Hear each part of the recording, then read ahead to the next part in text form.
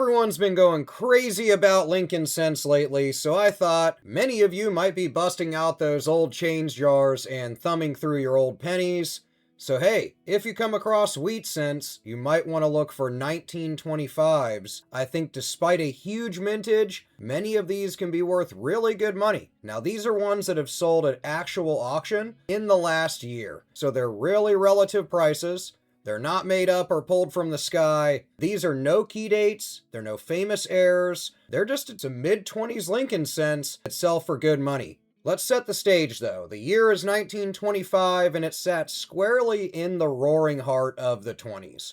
A time of expansion, optimism, and a post-war time after World War I. Mint production was really solid that year, but quality control was really far from perfect. Philadelphia struck an enormous amount of them. Denver continued to struggle with strike consistency, and San Francisco produced coins that often aged really poorly. This was due to really soft impressions and rougher planchet prep. In 1925, finding coins with clean surfaces, strong details, and stable color was much harder than the numbers suggest. And that remained all the way to current day. So let me break down 3 real-world 1925 coins, one from each mint, that each sold in 2025. These will reveal just how condition sensitive these are going to be. The first one is the Red Surprise. It sold for $134 in November of 2025. It's a 1925 MS65 red, and despite a mintage of nearly 140 million of them, high-grade red examples from Philadelphia are far scarcer than expected. This MS65 red is a perfect example of what a well-preserved 1925 Lincoln cent should look like.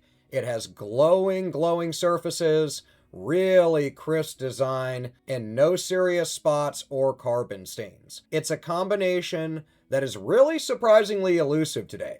With a wholesale value of around $100, this $134 auction price really reinforces one thing, I think. Bright red survivors from the mid-20s are going to command good price pretty much any time they go to auction. For 1925 Philadelphia cents, you'll really want to focus on the evenness of the red color, so it maintains that color across the whole coin. Many MS65 reds actually still show some patchy toning, but full, stable color across both sides narrows the population dramatically and really pops with that eye appeal, driving value up.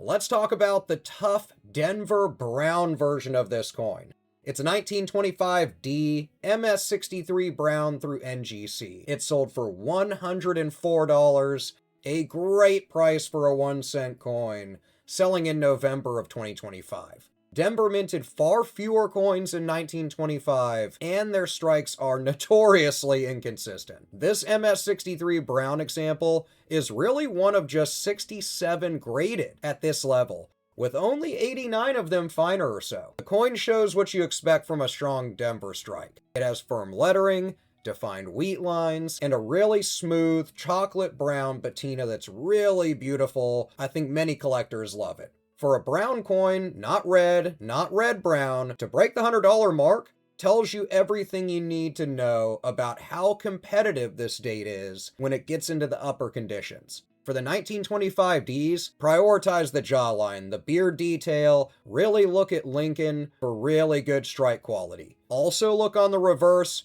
for the quality of the impressions in the lettering. Weak areas here are extremely common for 1925Ds, but any 1925D in decent condition is worth holding on to. The third coin is the San Francisco Workhorse. It's a 1925S, graded at about uncirculated 58 through PCGS. It sold for $79, a really solid price in 2025, and the San Francisco Mint was really famous for tough strikes during the 20s, and 1925 is really no exception to that. This AU58 example really represents the highest, almost uncirculated tier a coin just shy of mint state with a great luster can still have. At $79, this sale shows how tightly people competed for pre-1930 S mint survivors in even high AU grade. Look closely at the wheat stalks on S Mint Sense. You want really sharp, raised kernels, and those are much rarer than you'd expect. And they separate those $20, $30, $40 coins from those $80 to $100 coins. So as you can see, condition is really everything. More than nearly any year of the 1920s, the 1925 is a real condition-sensitive date. Prices jump really quickly as quality improves on these. That AU58 had strong demand and rising premiums, as shown by the $79 S Mint example. MS63 Browns, they've steadily moved above $100 and are continuing to rise. And MS65 Reds or MS65s or higher are easily closer to the $200 mark, with really high-end ones reaching the thousands. Color and surfaces, I think, are the most important thing that deeply matter here.